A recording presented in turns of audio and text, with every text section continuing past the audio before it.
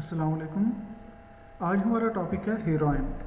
Heroine के बारे में हमने पहले पढ़ा है। हमने पहले जब ड्रग्स की कैटेगरीज़ का डिस्कस किया है तो उसमें हमने नारकोटिक एनाल्जेसिक्स की पे तफसीली बात की थी कि उसमें कौन कौन सी ड्रग्स आती हैं। उसमें हमने देखा था नेचुरल ओरिजिन की ड्रग्स हैं, सिंथेटिक हैं, सेमी सिंथेटिक हैं।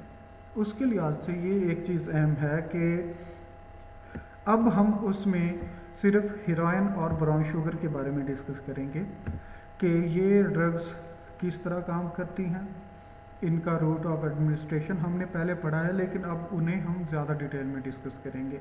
आप सब लोगों को पता है कि हीरोइन जो है वो नारकोटिक एनाल्जेसिक्स की कैटेगरी की ड्रग है। सेमी सिंथेटिक ओरिजिन है।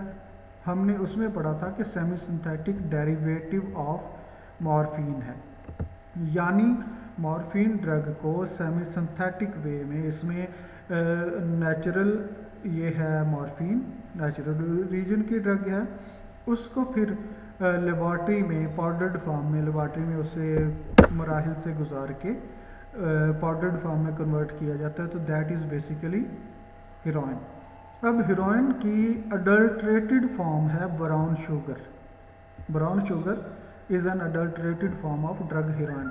अडल्ट्रेटेड फॉर्म क्या है वो भी हमने डिटेल में डिस्कस किया था जो है नारकोटिक एनाल्जेसिक्स के लेक्चर में, लेकिन अब हम उसे फर्दर अब हम हीरोइन और ब्राउन शुगर को डिटेल में डिस्कस करेंगे।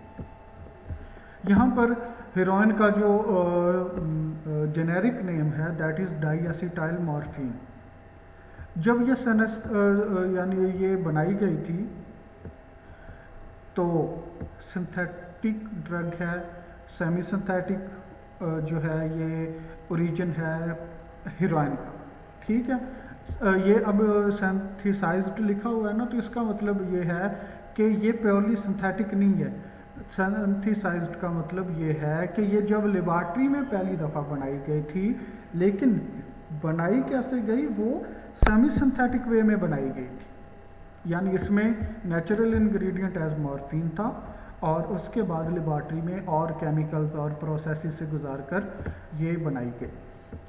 जब ये पहली दफ़ा बनाई गई तो तब ये था कि बनाने वालों को ये लगा कि मेडिकल जो शोबे के लोग थे उन्हें ये लगा कि उन्हें एक बहुत ही अच्छा पेन किलर मिल गया, एक ऐसा सॉल्ट मिल गया जो एक बहुत ही अच्छा पेन किलर है, लेकिन बाद में उसके नेगेटिव साइड इफ़ेक्ट्स आए, उसकी एडिक्शन जो है वो सामने आई, तो उसके बाद उसे मेडिकली बैन कर दिया गया। अब इसके कोई मेडिकल यूज़ नहीं है।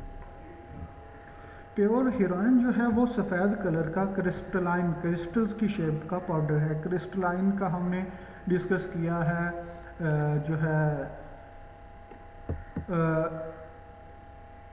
स्टिमुलेंट ड्रग्स में। स्टिमुलेंट्स में हमने एम्फेटामाइंस में मेथाम्फेटामिन की बात की थी, तो दैट इज़ क्रिस्टलाइन। अब क्रिस्टलाइन सिंपली चीनी के दानों की तरह या नमक की तरह जो है ना क्रिस्टल्स की फॉर्म में। इसका टेस्ट बिटर होता है, कड़वा टेस्ट है, और ये कुछ महंगी ड्रग है हमारे मुआशरे के लिहाज से भी।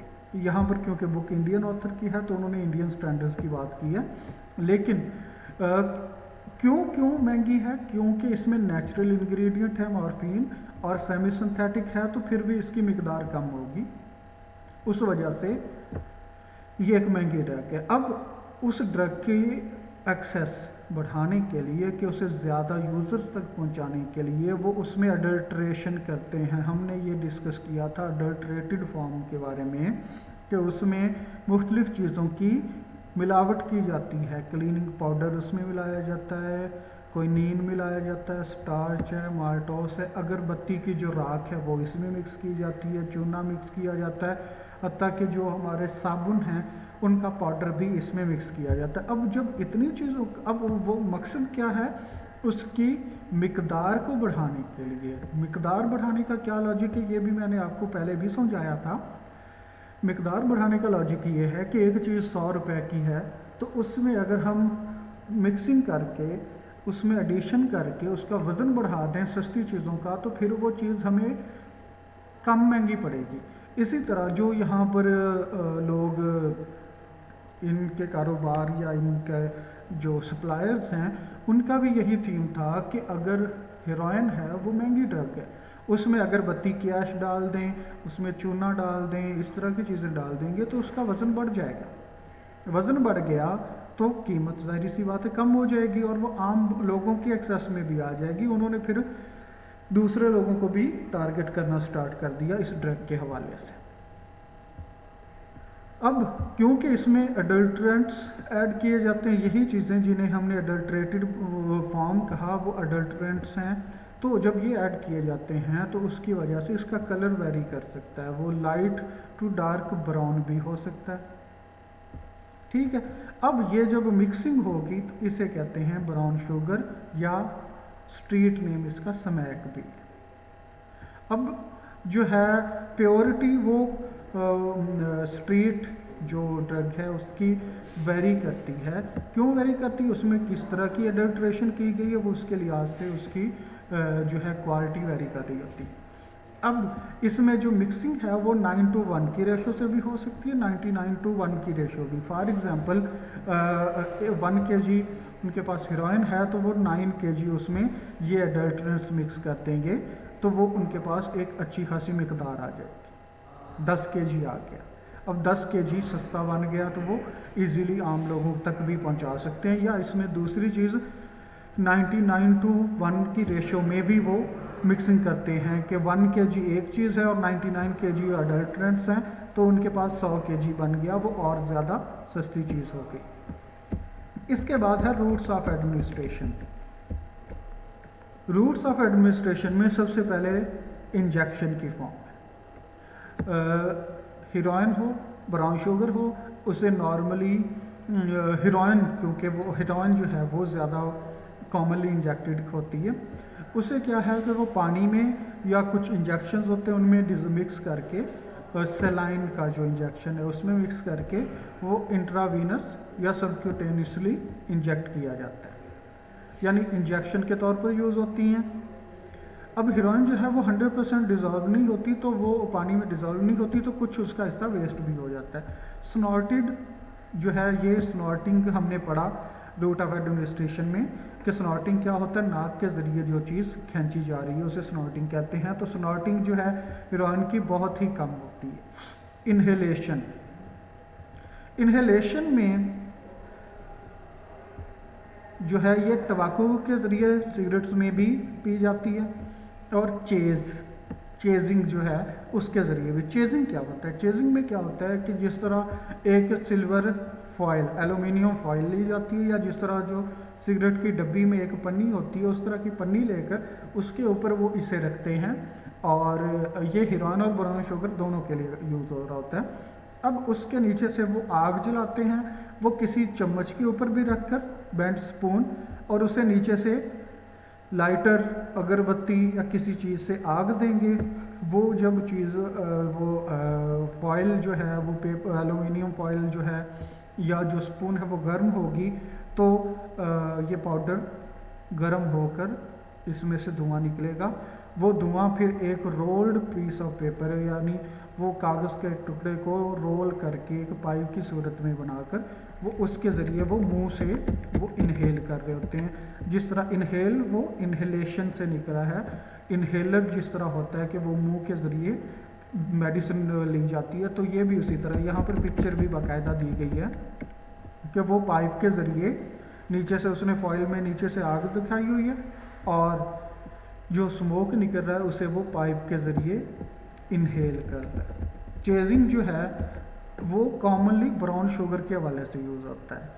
हीरोइन के जो यूज़र्स हैं वो नॉर्मली इंजेक्शन को प्रेफर करते हैं। ब्राउन शुगर वाले इंजेक्शन को क्यों नहीं प्रेफर करते?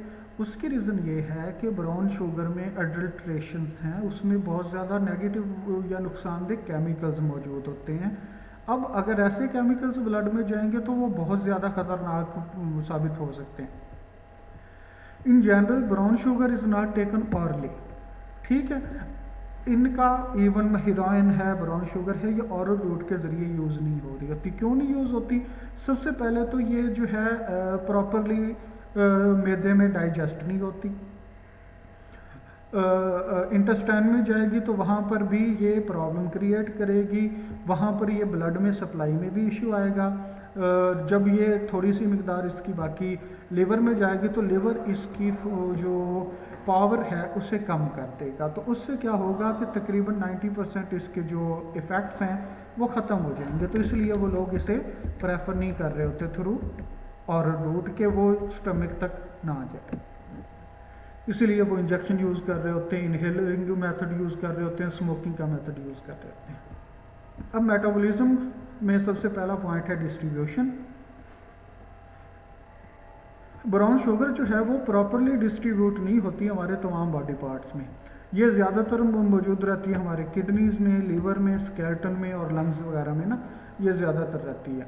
बहुत ही थोड़ी मिकदार इसकी हमारा ब्लड ब्रेन बैरियर BBB, बहुत थोड़ी मिकदार ब्लड ब्रेन बैरियर को क्रॉस करती है, लेकिन हमारा नर्वस सिस्टम बहुत सेंसिटिव होता है इस ड्रग के हवाले से, इस कैटेगरी ऑफ ड्रग के हवाले से, तो थोड़ी सी मिकदार भी नर्वस सिस्टम पर बहुत शदीद इफेक्ट्स डाल देती है। उसके बाद है एक्सक्रीशन, कि वो बॉडी से किस तरह से एलिमिनेट हो रही होती है। तो एक्सक्रीशन जो है नार्कोटिक एनाल्जेसिक्स की, वो नॉर्मली ज़्यादातर यूरिन की सूरत में होती है, उसके बाद इसकी कोई थोड़ी मिकदार लंग्स और बाइल की सूरत में भी, उसमें भी वो बॉडी से खारिज हो रही होती है। फार्माकोलॉजी, यानी ये ड्रग किस तरह से इफ़ेक्ट कर रही होती है। फार्माकोलॉजी का मतलब ये है कि ये ड्रग जो है इसके मॉलिक्यूल्स किस तरह से हमारी बॉडी के अंदर न्यूरॉन्स या नर्वस सिस्टम या न्यूरोट्रांसमीटर्स को किस तरह से इफ़ेक्ट कर रहे होते हैं। तो होता क्या है, दो मेन हमारी बॉडी में न्यूरोट्रांसमीटर्स हैं, एंडोर्फिन्स हैं और एनकैफ्लिन्स हैं। ये डील करते हैं हमारे इमोशनल रिस्पॉन्स को और हमारे पेन को।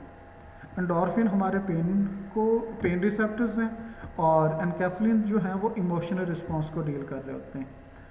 हमें खुदा न खासा कोई चोट लगती है ना, तो थोड़ी देर बाद वो दर्द कम होना शुरू हो जाता है और ख़त्म हो जाता है। वो क्यों, जब चोट लगती है तो बॉडी एंडोर्फिन रिलीज़ करती है, वो नेचुरल पेन किलर्स हैं, तो उससे क्या है वो पेन को ख़त्म कर देते हैं।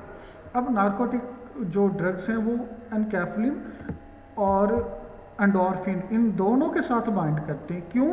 क्योंकि इसके मॉलिक्यूल्स की शेप सेम वैसी होती है जिस तरह एंडोर्फिन और एनकैफ्लिन्स की होती है।